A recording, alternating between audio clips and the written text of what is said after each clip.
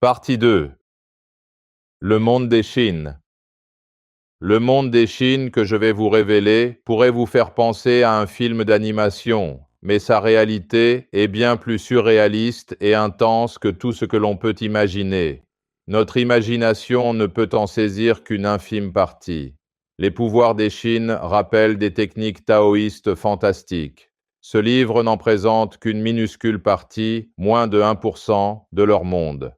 Je vais donc me concentrer sur l'essentiel pour vous aider à comprendre cette réalité qui coexiste avec la nôtre.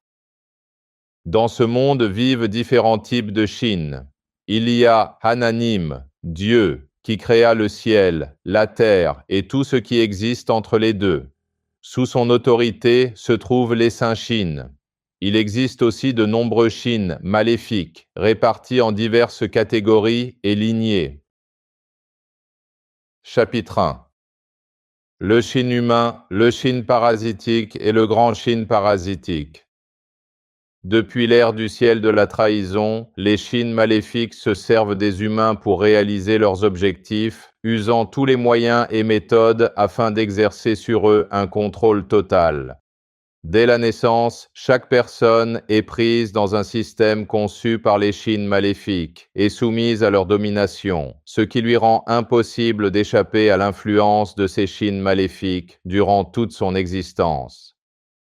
Les Chines, qui exercent l'influence la plus fondamentale sur une personne et qui la dominent le plus, sont les Chines parasitiques et les grands Chines parasitiques. Section 1. Le Chine qui nous gouverne de la naissance à la mort, le Chine parasitique. En plus d'avoir un Chine humain qui est son reflet exact, chaque personne possède un Chine parasitique qui la gouverne de sa naissance à sa mort. Tous les êtres humains, sans exception, sont gouvernés par un Chine parasitique, présent même avant leur naissance. Mais contrairement au Chine humain, le Chine parasitique ne ressemble pas du tout à la personne. Il peut prendre la forme d'un animal, d'une plante ou d'un autre type de Chine, et cette forme varie selon les individus. Une histoire ancienne raconte qu'un sage taoïste, descendant de la montagne où il pratiquait le Dao, ne perçut pas les habitants du village comme des humains, mais comme des renards, des tigres, des ratons laveurs et d'autres animaux. Effrayé par cette vision, il regagna aussitôt la montagne. Cette histoire montre que le sage percevait les Chines parasitiques de ces personnes. Le Chine parasitique prend place dans une personne dès sa conception et contrôle toute sa vie. Tout chez une personne vient de l'influence de son Chine parasitique, sa personnalité, son tempérament, ses goûts et sa façon de voir les choses. En réalité, nous ne vivons pas notre propre vie, mais celle de notre Chine parasitique. Il influence chacune de nos pensées, chacun de nos mots. De notre naissance à notre mort, nous restons sous son emprise totale. Quand nous disons de quelqu'un qu'il est mauvais comme un serpent ou doux comme un agneau, nous décrivons sans le savoir le tempérament de son Chine parasitique. On entend souvent dire que la prière ou la pratique du Dao peut nous purifier et nous transformer spirituellement. Mais tant que notre Chine parasitique nous domine, aucun changement profond n'est possible. L'illumination spirituelle reste un mot vide de sens. Nous pouvons changer notre apparence, mais le Chine qui nous dirige reste le même. Pour une véritable transformation, ce n'est pas notre corps qu'il faut changer, mais le Chine qui nous gouverne. Tout comme un propriétaire conduit sa voiture, le principe originel veut que le Chine humain assume le rôle central dans le corps. Dans ce cas, le destin du corps correspond au destin du Chine humain. Toutefois, cette vie normale a été bouleversée par les Chines maléfiques, si bien que chacun se trouve contrôlé par son Chine parasitique. Autrement dit, le destin du corps est devenu celui du Chine parasitique. C'est comme si le propriétaire de la voiture, le Chine humain, était enfermé dans le coffre pendant que quelqu'un d'autre, le Chine parasitique, conduit le véhicule, le corps, selon sa volonté. Pour cette raison, ceux qui vivent actuellement sur cette terre ne mènent pas une existence où leur Chine humain assume le rôle central de leur corps. Leur apparence est humaine, mais ils vivent sous l'emprise de leur Chine parasitique. Telle est la réalité de l'existence terrestre actuelle, et tel est leur destin, manipulé par leur Chine parasitique. Sans cette prise de conscience, la situation ne changera jamais, et ils ne pourront jamais s'affranchir du contrôle de leur Chine parasitique. Section 2. Le Chine qui règne sur le Chine parasitique. Le grand Chine parasitique. Les Chines maléfiques forment un système organisé en différentes catégories et lignées. Chaque catégorie possède ses propres niveaux et est dirigée par un Chine suprême. Chaque Chine parasitique appartient à l'une de ces catégories et doit une obéissance totale au Chine suprême de celle-ci. Ce Chine suprême est appelé le grand Chine parasitique. Ainsi, le Chine parasitique qui contrôle une personne est lui-même sous l'autorité du grand Chine parasitique. L'humain se trouve donc, en fin de compte, sous le contrôle du grand Chine parasitique. Même le choix d'une religion ou du Dao d'une personne dépend du Chine parasitique. Une personne qui suit une voie spirituelle en accord avec son Chine parasitique connaîtra moins d'obstacles. À l'inverse, choisir une voie qui ne correspond pas à son Chine parasitique entraîne des difficultés. Par exemple, une personne dont le Chine parasitique est un Chine du renard, voir partie 2, chapitre 1, section 6, les types de Chine, devrait suivre une religion dirigée par le roi des Chines du renard, car ils sont de même nature. Choisir une religion dirigée par le roi des Chines, du tigre, lui serait un mauvais choix, car ils appartiennent à des catégories différentes. Les membres d'une même famille peuvent suivre des voies spirituelles différentes, car leurs Chines parasitiques sont différents. Les personnes qui ont des Chines parasitiques de même catégorie créent facilement des liens entre elles. Dans une relation amoureuse, cette similitude apporte une parfaite harmonie. Une personne guidée par un Chine du renard se rapproche naturellement d'autres personnes ayant un Chine du renard. Il en est de même pour celles qui ont un Chine de l'ours ou un Chine du tigre. C'est le sens profond du dicton. Qui se ressemble, s'assemble. Les grands Chines parasitiques ne dirigent pas que les humains. Les animaux et les plantes ont aussi leur Chine qui règne sur eux. La nature elle-même, montagnes et mers, possède ses propres Chines. Il en est de même pour les religions, les organisations du Dao, les nations et les groupes ethniques. Lorsque l'on se rend dans une montagne, un Chine de montagne la gouverne. Par ailleurs, les personnes d'une même origine ethnique partagent des caractéristiques similaires, car elles vivent toutes sous l'influence du Chine qui régit leur ethnie. Il existe également un Chine de nation qui dirige une nation. Chaque pays possède un mythe fondateur transmis de génération en génération, et ces mythes peuvent être considérés comme des récits concernant les Chines qui dirigent ces nations. Au final, il est difficile pour une personne de s'affranchir du contrôle de son Chine parasitique, non seulement parce que ce dernier est puissant en lui-même, mais également en raison de l'existence du grand Chine parasitique. Le Chine parasitique se soumet au grand Chine parasitique et puise sa force en lui. Autrement dit, tant que le lien entre le grand Chine parasitique et le Chine parasitique n'est pas entièrement brisé, il demeure impossible pour une personne de se soustraire à leur emprise par ses seules forces. Par conséquent, le Chine humain à l'intérieur d'une personne se trouve restreint par le Chine parasitique et le grand Chine parasitique, n'existant plus que comme une ombre. Lorsqu'une personne meurt, le Chine parasitique abandonne le corps pour chercher refuge ailleurs, tandis que le Chine humain rejoint l'au-delà où il est traqué par les Chines maléfiques. L'existence du Chine humain est pénible et semée d'épreuves, aussi bien durant sa présence dans le corps qu'après l'avoir quitté. Tant qu'une personne possède un corps, le Chine qui devrait naturellement le gouverner est le Chine humain. Toutefois, celui-ci se trouve oppressé par le Chine parasitique et le grand Chine parasitique, incapable de déployer pleinement sa puissance, ce qui est fort pitoyable et lamentable. Ainsi, reconquérir sa vie par la foi et le Dao véritable revient, pour une personne, à s'affranchir du contrôle du Chine parasitique et du grand Chine parasitique, qui appartiennent à la catégorie et à la lignée des Chines maléfiques. Ainsi, la foi et le Dao véritable constituent les voies permettant de restituer une existence authentique au Shin humain. Restaurer sa vraie vie pour le Shin humain revient à retrouver la racine, et cette racine est le Yang. En effet, le Yang originel demeure au sein du Shin humain. Ce Yang originel représente le véritable Soi, qui s'est réincarné au travers d'innombrables existences depuis la création primordiale. Section 3. La foi et le Dao véritable. La voie vers le Saint Shin. Le Saint Shin, né de l'union avec un Saint Yang, doit être accueilli en soi pour se libérer totalement de l'emprise du Shin parasitique.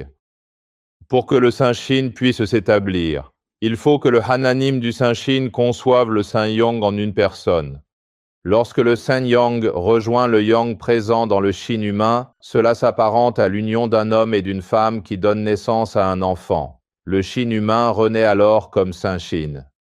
Dans un premier temps, le pouvoir du Shin parasitique étant plus fort, on en subit davantage l'influence.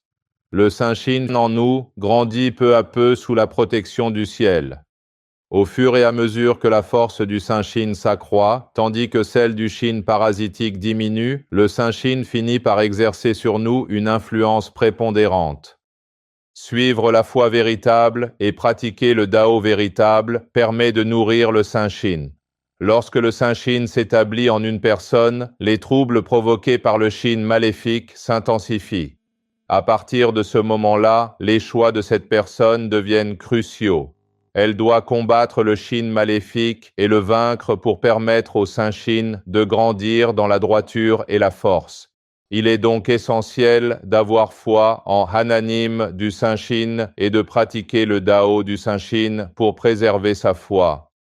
Seul le Saint Shin naît véritablement de l'union avec le Saint Yang. Ceux qui renaissent ainsi deviennent des êtres célestes, même si leur corps reste sur terre. Existe-t-il une plus grande bénédiction?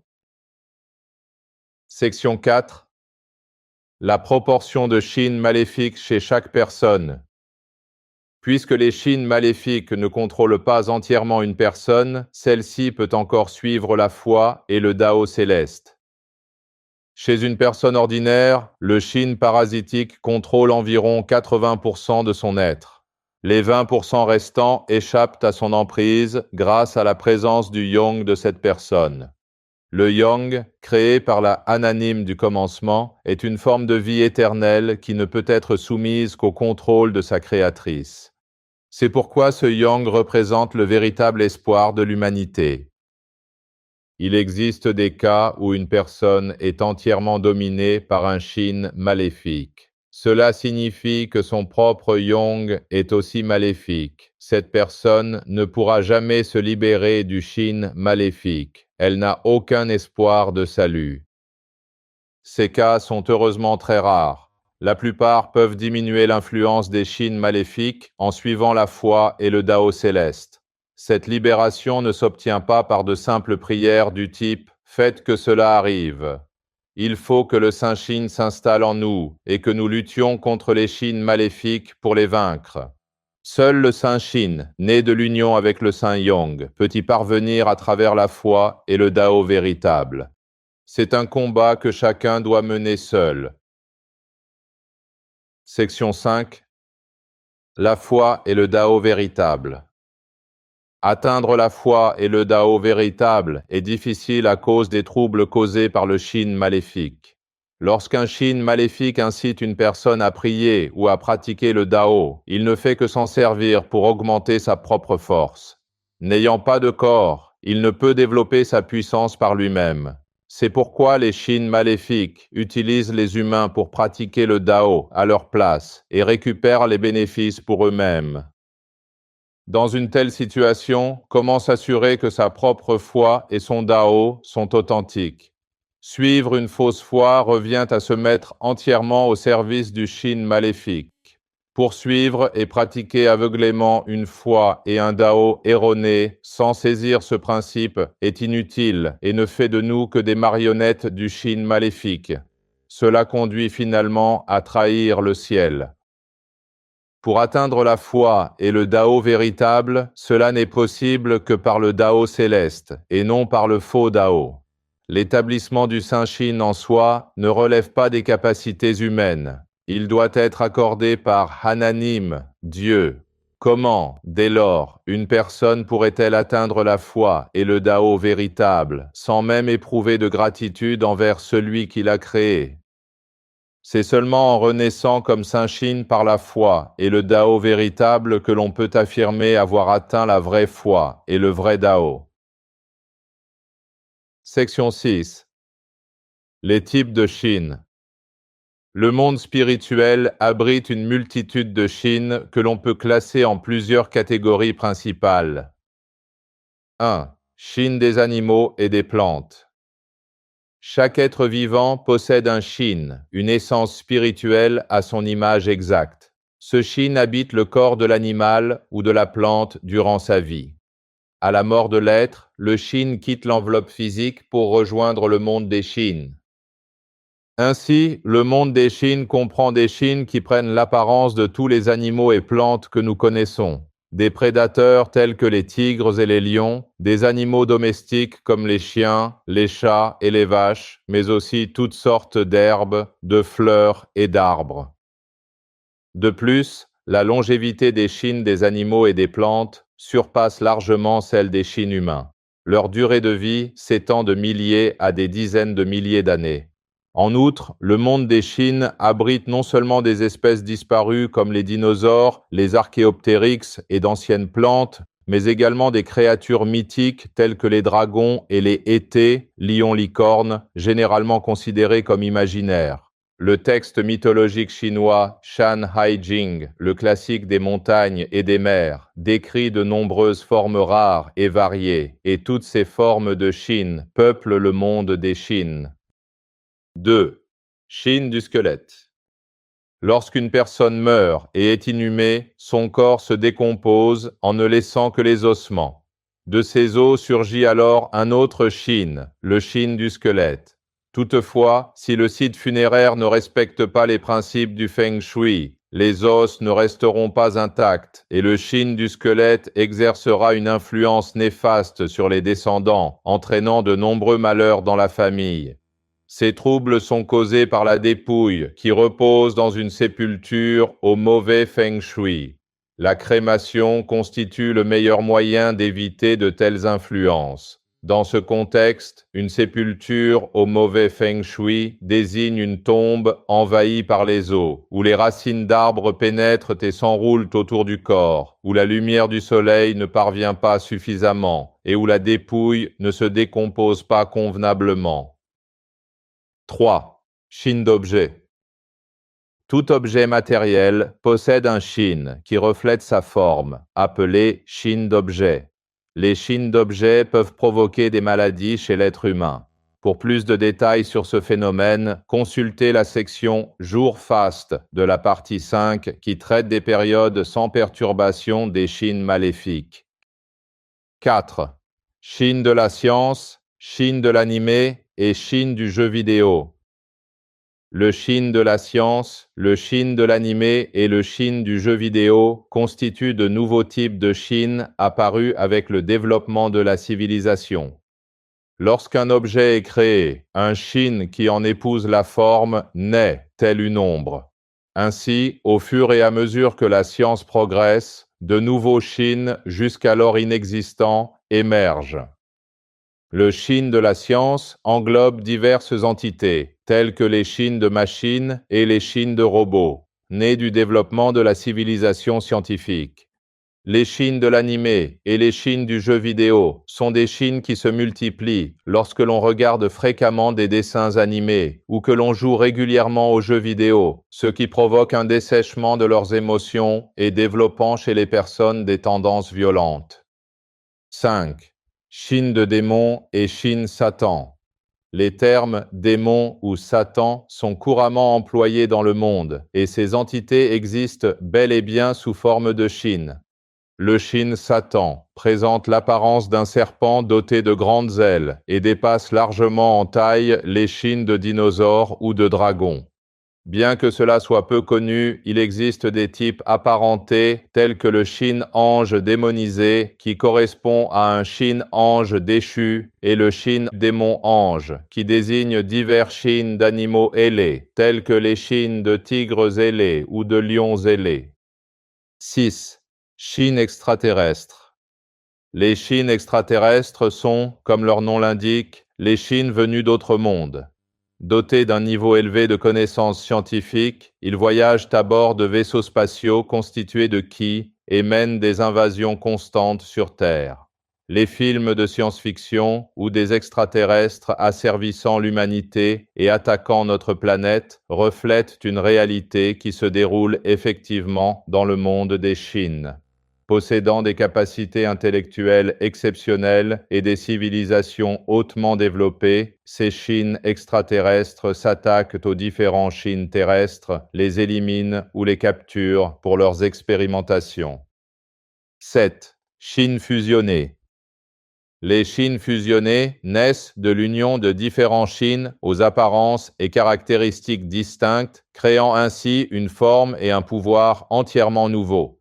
La mythologie ancienne décrit diverses formes de ces Shin. On y trouve même des créatures telles que les thérianthropes à la chevelure de serpent, dotées de têtes humaines sur des corps d'animaux. Toutes ces formes de Shin peuplent le monde des Shin. Quand les Shin maléfiques fusionnent, ils unissent non seulement leurs apparences, mais également leurs capacités et pouvoirs, devenant des entités encore plus redoutables. Grâce aux aptitudes et forces acquises par ce processus, ils étendent leur emprise. Le monde des Shin étant constitué de ki plutôt que de matière, cette fusion constitue une tâche aisée pour les Shin maléfiques puissants. Chapitre 2. Les caractéristiques des Shin. Section 1. Chaque Shin a son propre caractère. Chaque Shin possède sa propre nature distinctive. Pour illustrer cela, le Shin du tigre fait preuve d'une grande bravoure, reflétant ainsi la véritable essence du félin. Le Shin du renard se caractérise par son intelligence rusée, tandis que le Shin du serpent manifeste une nature malveillante. Lorsqu'un de ces Shin s'établit en une personne comme Shin parasitique, celle-ci adopte le tempérament de ce Shin. Certaines personnes possèdent une forte personnalité car elles abritent des Shin puissants. Section 2. Le statut des Shin est déterminé par leurs capacités et leurs pouvoirs.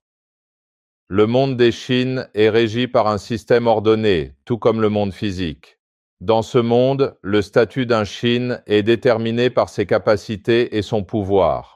Même au sein de la catégorie et de la lignée des Shin maléfiques, il existe une hiérarchie stricte, allant du Shin le plus élevé au plus bas.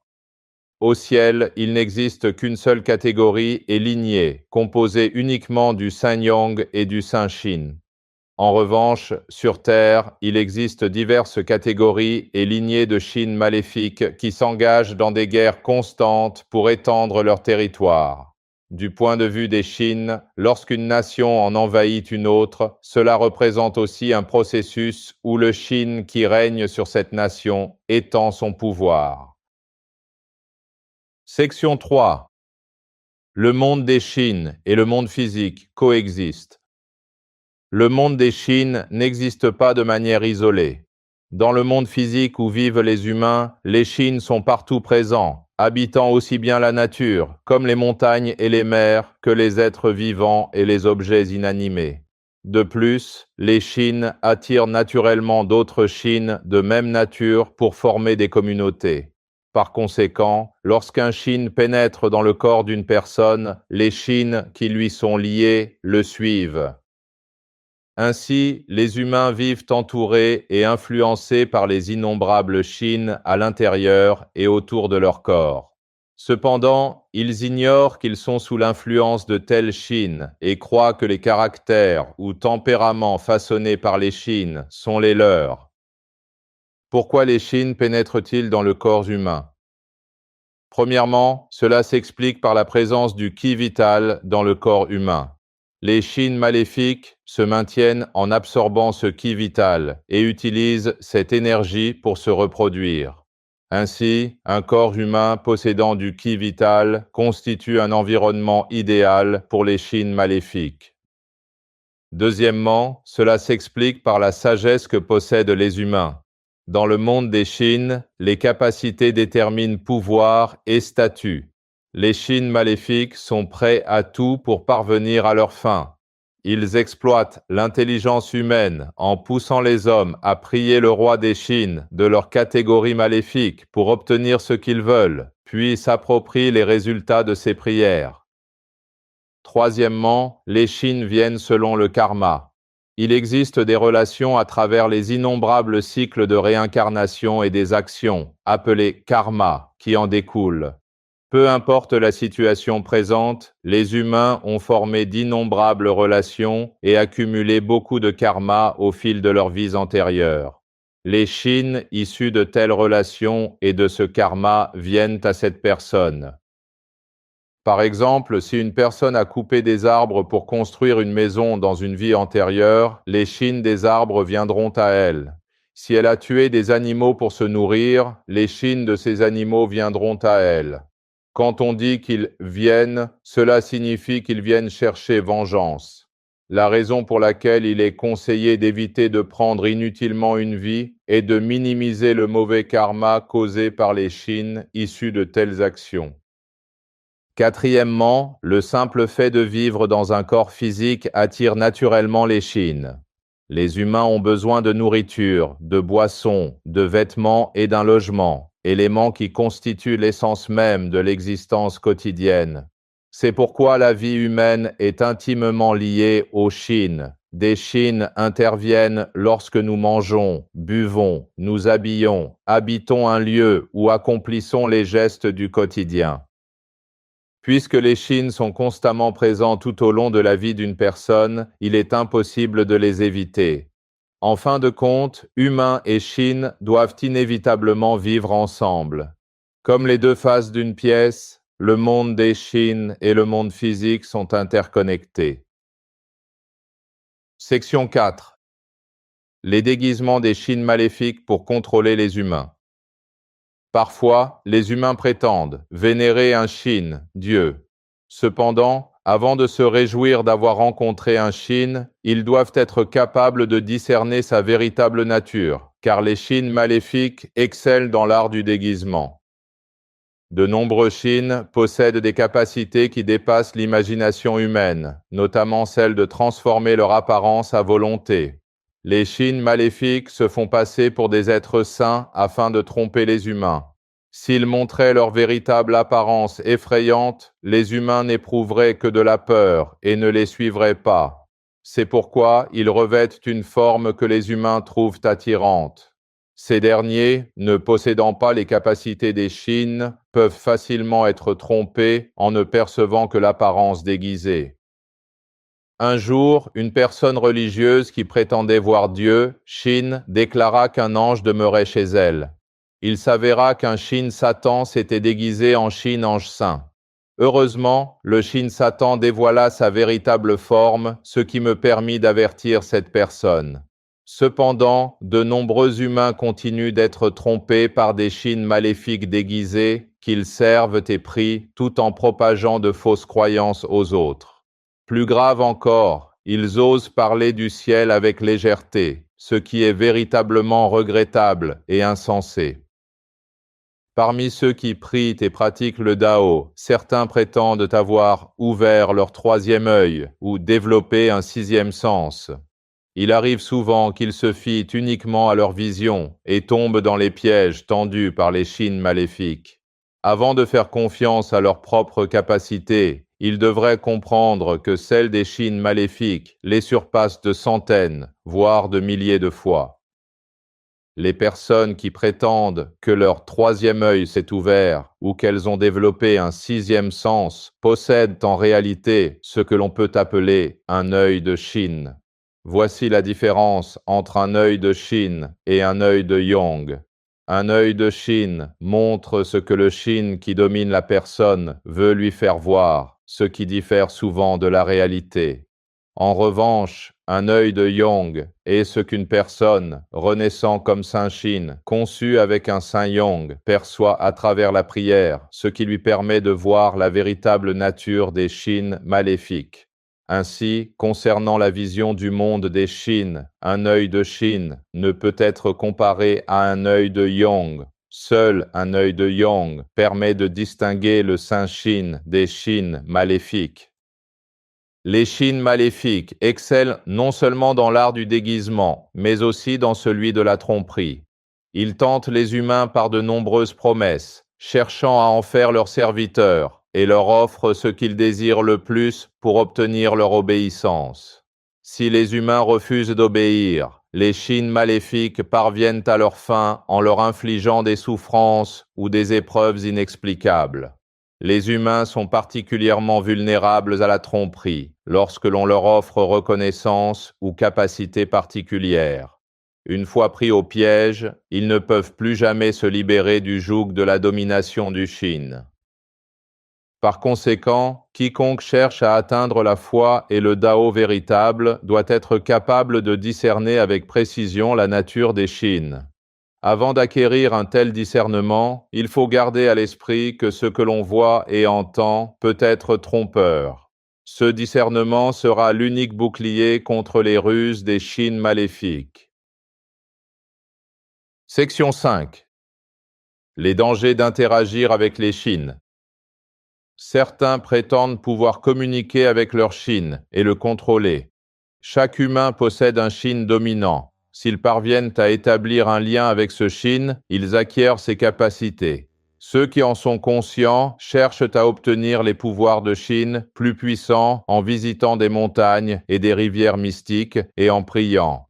Lorsque ces personnes obtiennent les capacités des Shin qu'elles convoitent, elles tentent souvent d'affronter ou de dominer d'autres Shin. Le problème est que leur Shin dominant n'est pas toujours plus puissant que celui des autres. Si ces personnes n'interagissent qu'avec d'autres dont le Shin est plus faible que le leur, elles sont chanceuses. Mais dans le cas contraire, elles risquent d'être contre-attaquées par le Shin de l'autre. Quiconque souhaite interagir avec les Shin doit comprendre clairement ce principe. Il n'est pas rare que ceux qui pratiquent le traitement par le Ki ou l'imposition des mains subissent des chocs, ou même, dans les cas graves, s'effondrent au cours de leur pratique. Cette situation peut être comparée à celle de quelqu'un qui provoque un combat avec un Shin plus puissant que le sien et qui se fait sévèrement vaincre. En définitive, interagir avec les Shin sans comprendre leur monde revient à s'aventurer sur un champ de bataille sans armes. Section 6. Le phénomène de possession et l'ange gardien.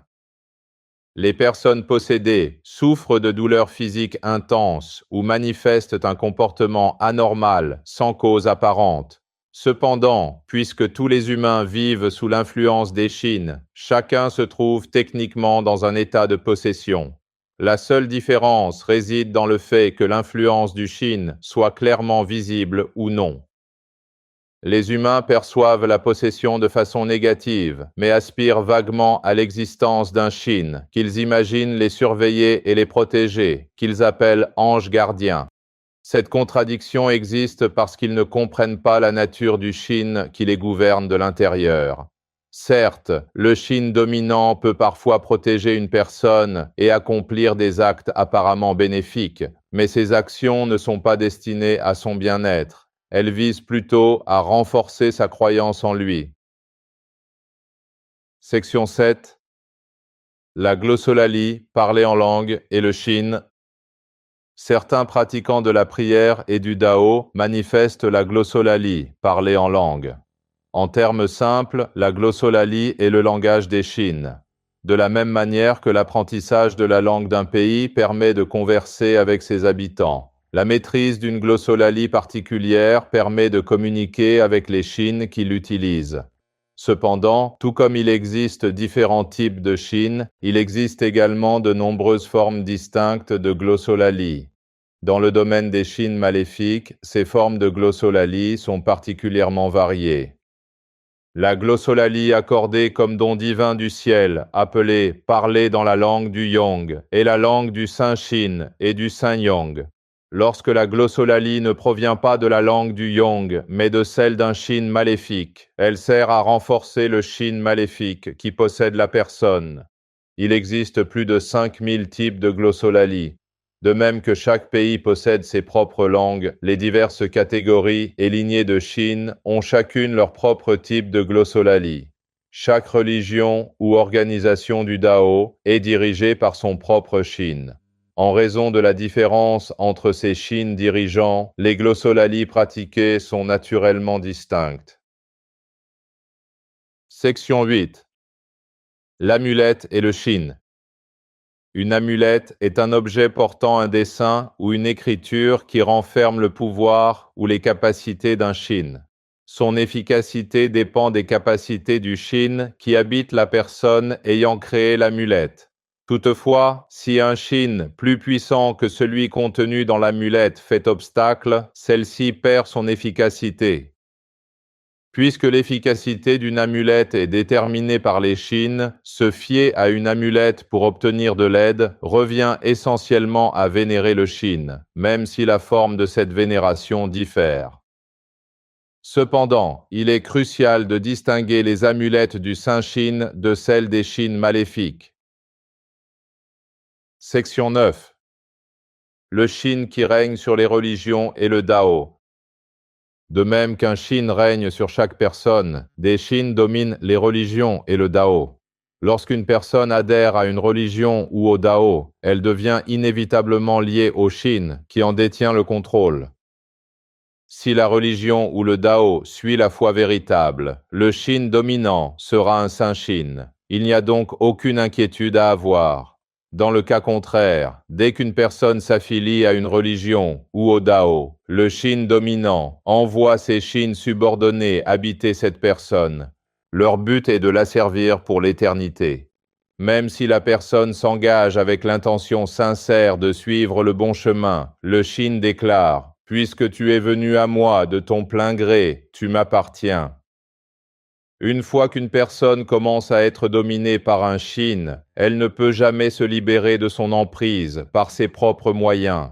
Sous l'influence grandissante de ce Shin, elle perd sa capacité de discernement. De là naissent la foi aveugle et le fanatisme, où le bien et le mal ne sont plus distingués. Même si cette personne quitte cette religion ou ce Dao, elle demeurera à jamais sous l'influence du Shin.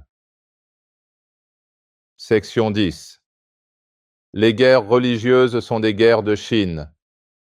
Les religions de ce monde proclament l'amour et la compassion et plaident pour la paix. Cependant, il semble que cet amour et cette compassion ne s'appliquent pas entre elles, car les conflits entre religions aux doctrines différentes persistent sans relâche. Ce phénomène s'explique par le fait que les conflits et les disputes entre religions sont liés aux batailles des Shin. En d'autres termes, les affrontements entre les Shin qui gouvernent ces religions influencent leurs adeptes, engendrant ainsi des conflits interreligieux. Dans le monde des Shin, différentes catégories de Shin s'engagent dans des batailles mortelles pour étendre leur territoire et leur pouvoir. Les conflits entre religions obéissent à la même logique, puisque les Shin qui règnent sur chaque religion sont différents. Lorsque des personnes de confessions différentes se rencontrent, les Shin qui les habitent s'engagent dans des batailles et les humains se retrouvent inconsciemment entraînés dans ces conflits de Shin. Ainsi, les batailles des Shin influencent les humains, les poussant à s'affronter comme le font les Shin.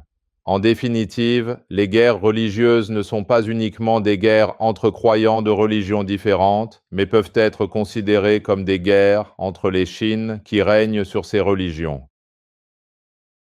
Chapitre 3. Les maladies causées par les Shin. Section 1. Les maladies héréditaires, chroniques et karmiques liées aux Shin. Les maladies causées par les Shin se manifestent sous de multiples formes.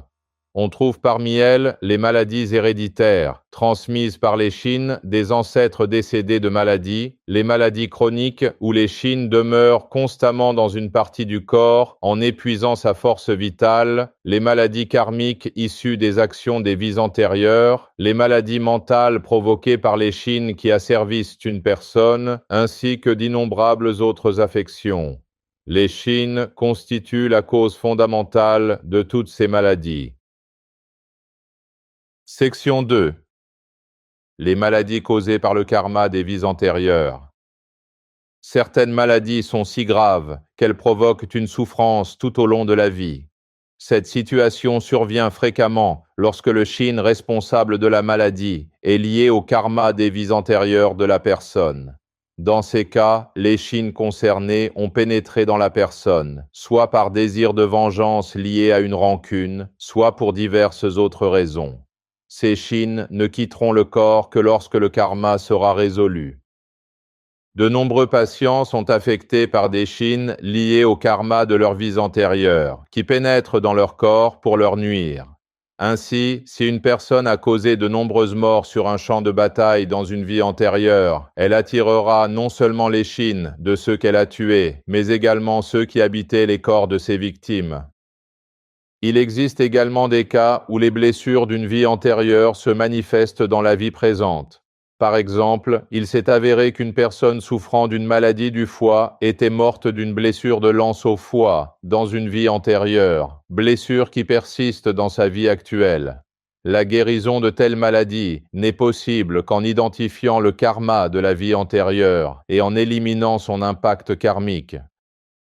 Ainsi, certaines maladies peuvent être soignées par la médecine moderne, tandis que d'autres lui restent inaccessibles.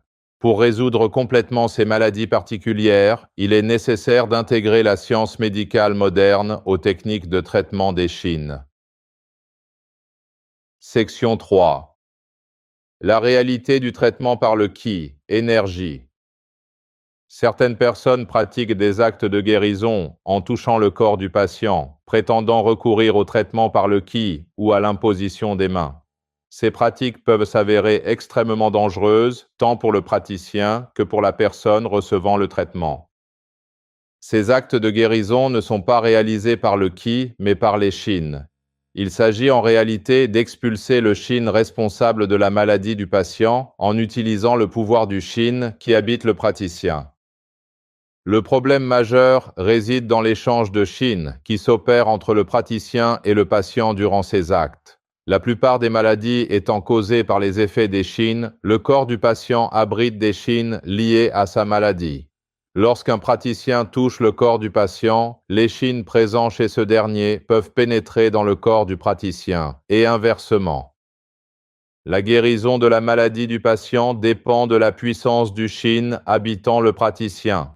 Cependant, que la guérison soit effective ou non, le praticien reçoit inévitablement des shin du corps du patient durant l'acte de guérison. Si le praticien ne parvient pas à éliminer ces shin liés à la maladie, ceux-ci s'accumulent et finissent par lui causer des maladies plus graves.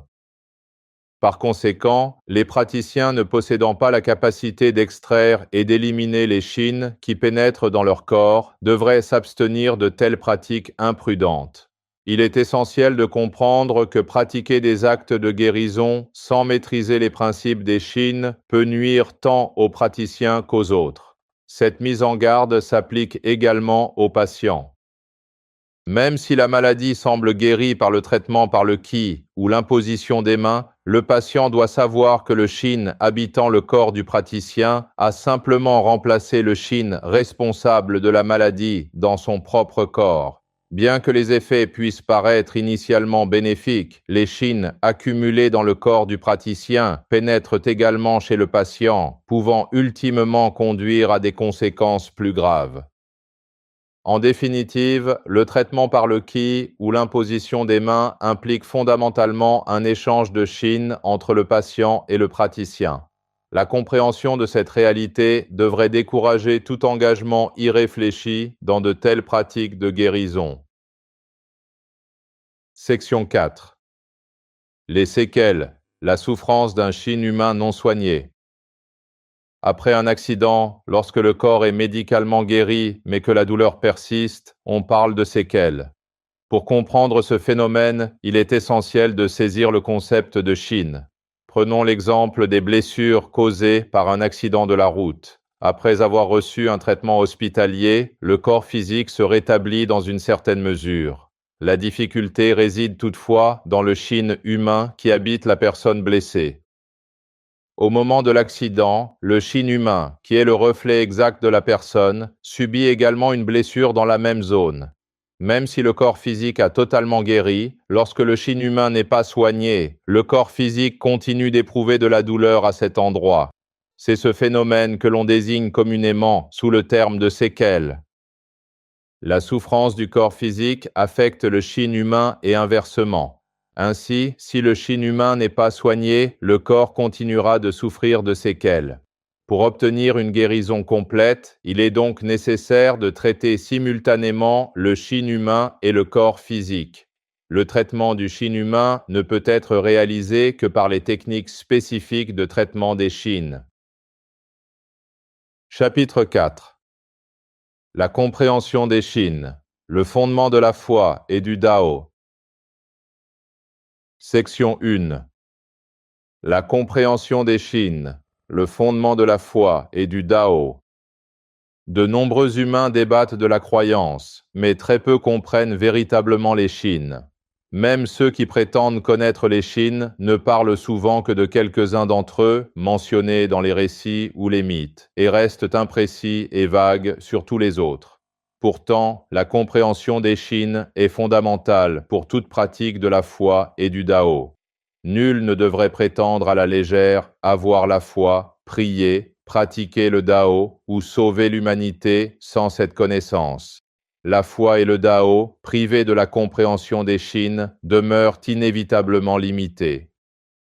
Les catégories de Shin sont innombrables.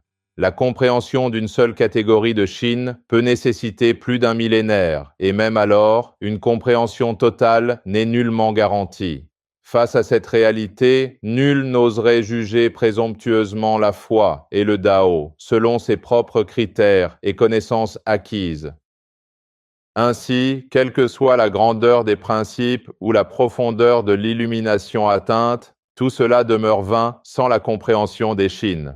Sans une connaissance précise du monde des Shin, qui influence émotions et pensées, il est préférable de s'abstenir de tout engagement imprudent dans quelque forme de foi ou de Dao que ce soit, pour sa propre protection. Les prières et les pratiques du Dao, accomplies aveuglément et sans discernement, restent stériles, même poursuivies durant un siècle.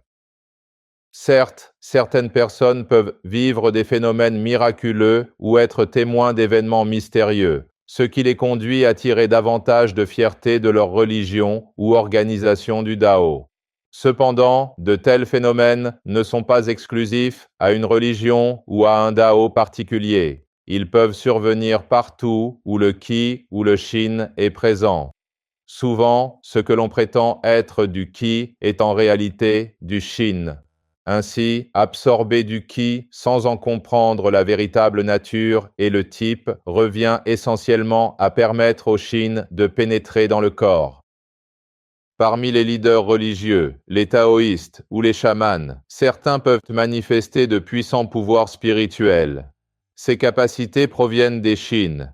Bien que leur puissance varie selon les Shin impliqués, de telles manifestations sont impossibles sans leur intervention. Ces capacités sont souvent décrites comme un don, un esprit ou un pouvoir surnaturel. Si une personne tire fierté de vénérer ce qu'elle considère comme le Shin suprême, elle ne devrait pas le faire de manière vague ou aveugle.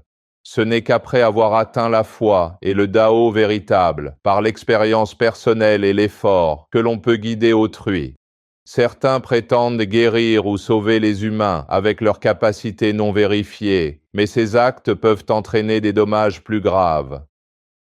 Sans une véritable compréhension des Shin, contraindre autrui à prier ou à pratiquer le Dao sous prétexte de salut, puis rejeter la faute de ses malheurs sur lui-même en prétextant qu'il a été mis à l'épreuve, qu'il a mal pratiqué ou qu'il n'a pas maintenu la paix intérieure, revient à le blâmer injustement. Face à cette réalité, celui qui n'a pas su discerner correctement doit assumer sa part de responsabilité. Il est regrettable de devoir s'interroger sur qui portera la responsabilité de ces préjudices et sur la manière d'aider leurs victimes. Ainsi, de telles actions nuisent à autrui par l'intermédiaire des Shin. Il est contradictoire de tenter de sauver les autres sans avoir soi-même atteint le salut. Ne connaître qu'un centième et le présenter comme la totalité ne correspond pas à l'état d'esprit requis pour ceux qui cherchent à atteindre la foi et le Dao véritable. Par conséquent, avant d'exhorter les autres à se repentir ou à expier, il faut d'abord s'assurer de son propre salut. En d'autres termes, le salut de l'humanité ou le sauvetage d'autrui doit commencer par soi-même. Section 2. Le but de la naissance humaine. 1. La maladie et le Shin. Au cours de leur vie, les humains traversent diverses expériences. Parmi celles-ci, leur santé constitue le facteur le plus déterminant. À l'exception des blessures causées par des chocs externes, la plupart des maladies humaines sont liées au Shin. Que les humains en soient conscients ou non, ils coexistent avec les Shin. Tout ce qui est lié au tort causé ou subi dans les vies antérieures ou la vie présente existe sous forme de Shin dans le corps humain. C'est l'une des raisons pour lesquelles ôter la vie est interdit. Les êtres tués deviennent des Shin qui reviendront chercher vengeance. Les humains sont profondément affectés, tant mentalement que physiquement, par les divers Shin qui les habitent. Lorsqu'un Shin malade pénètre dans un corps en raison d'un lien avec une vie antérieure, la personne souffre de la même maladie que ce Shin, sans en connaître la véritable cause. Si cette personne meurt de cette maladie, elle devient à son tour un Shin humain porteur de la même maladie et cherche ses descendants. Le cycle se perpétue et provoque la persistance de la maladie. Malgré cette réalité, si l'on refuse de croire en l'existence des Shin et que l'on rejette toute discussion à leur sujet comme simple superstition, aucune solution fondamentale aux maladies ne pourra être trouvée. Pour les maladies difficiles à guérir par la médecine moderne, un soulagement plus profond pourrait être obtenu en associant la science médicale aux techniques de traitement des Shin. Cependant, les personnes qui pratiquent la guérison par le Qi ou l'imposition des mains doivent comprendre que, qu'elles guérissent ou non la maladie, de telles pratiques permettent à celle-ci de s'infiltrer dans leur propre corps.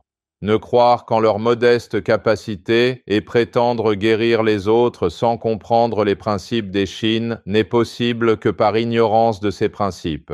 S'ils les comprenaient, ils n'agiraient pas avec une telle imprudence. 2.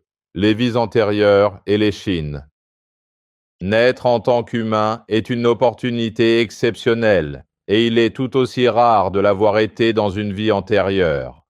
Ce que les humains considèrent souvent comme leurs vies antérieures sont en réalité celles des Shin qui les habitent. Il arrive parfois que la découverte de la vie antérieure d'une personne et la résolution des problèmes qui y sont liés permettent de résoudre ses difficultés actuelles. Cela résulte de l'accomplissement des souhaits du Shin présent en cette personne. Dans de tels cas, si le Shin était à l'origine d'une maladie, celle-ci peut disparaître. Ou, s'il causait des problèmes familiaux, ceux-ci peuvent se résoudre. Cependant, ces situations ne sont pas liées à la vie antérieure de la personne. L'exploration d'une autre vie antérieure peut faire apparaître un autre Shin, et la personne sera à nouveau victime des ruses de ce Shin. En définitive, enquêter sur les vies antérieures de cette manière ne révèle que celle des Shin qui nous habitent. Naître humain est une bénédiction et une opportunité extraordinaire. C'est une bénédiction car seuls les humains, parmi toutes les formes de vie sur Terre, peuvent atteindre la foi et le Dao véritable. Grâce au langage qui permet l'expression de la volonté et à la capacité d'agir, il est possible de s'engager dans les prières et les pratiques véritables du Dao. En utilisant cette force pour combattre et vaincre les chines maléfiques, on peut atteindre le salut. Puis, en étudiant avec diligence le Dao céleste, on peut devenir un guerrier céleste. Ce faisant, il devient possible de vivre éternellement dans le monde céleste des chines sans autre réincarnation. C'est la véritable vie éternelle en tant que chine. On évoque souvent la vie éternelle comme le millénarisme sur Terre, mais une telle vie éternelle physique n'existe pas. Par la foi et le Dao véritable, il est possible d'atteindre le Dao céleste et de s'élever au ciel en tant que Saint Chine. Il s'agit de la première et ultime opportunité obtenue après des temps immémoriaux de réincarnation. Si cette chance n'est pas saisie durant la vie humaine, malgré tous les honneurs, le pouvoir et la richesse terrestre, la vie s'achèvera et les cycles infinis de réincarnation recommenceront. De plus, renaître en tant qu'humain est quasi impossible, même après des milliers ou des millions d'années de réincarnation. Une vie humaine d'environ 100 ans peut être comparée aux 10 mois de gestation. De même qu'une bonne nutrition pendant la gestation est nécessaire pour une vie saine, les 100 ans de vie humaine doivent servir à bien se préparer pour la vie dans le monde des chines. Négliger ce temps précieux et terminer sa vie avec insouciance condamne à une existence de souffrance dans le monde des chines. C'est la conséquence inévitable de considérer ces 100 ans comme longs, alors que leur gaspillage mène au regret. Il est donc essentiel de réaliser la valeur inestimable de la vie présente et d'en prendre le plus grand soin, sans jamais gâcher cette première et dernière opportunité qui est offerte. 3. Le Dao véritable et les chines. Même face à la vérité, les humains sont souvent réticents à l'accepter lorsqu'ils ne la comprennent pas. Cette réticence est ancrée dans les tactiques des chines maléfiques, qui cherchent à empêcher les humains de suivre le Dao véritable. Si les humains suivaient le Dao véritable, ils découvriraient la vraie nature de ces chines maléfiques et ne seraient plus victimes de leurs ruses, ne leur laissant ainsi aucun refuge où demeurer. Pour cette raison, les chines maléfiques utilisent tous les moyens possibles pour empêcher les humains de suivre le Dao véritable, et ces derniers subissent ces entraves. On peut croire que sa connaissance est authentique et juste, mais tant que l'on reste sous l'emprise des chines maléfiques, il est impossible de faire le moindre pas vers la vérité. Le Dao véritable, comme son nom l'indique, représente la voie authentique. S'il s'agit véritablement de la voie authentique, il ne peut en exister qu'une seule.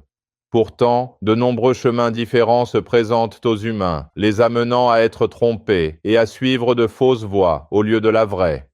Par conséquent, les humains ne parviennent ni à connaître, ni à trouver la voie véritable qu'ils devraient emprunter. 4.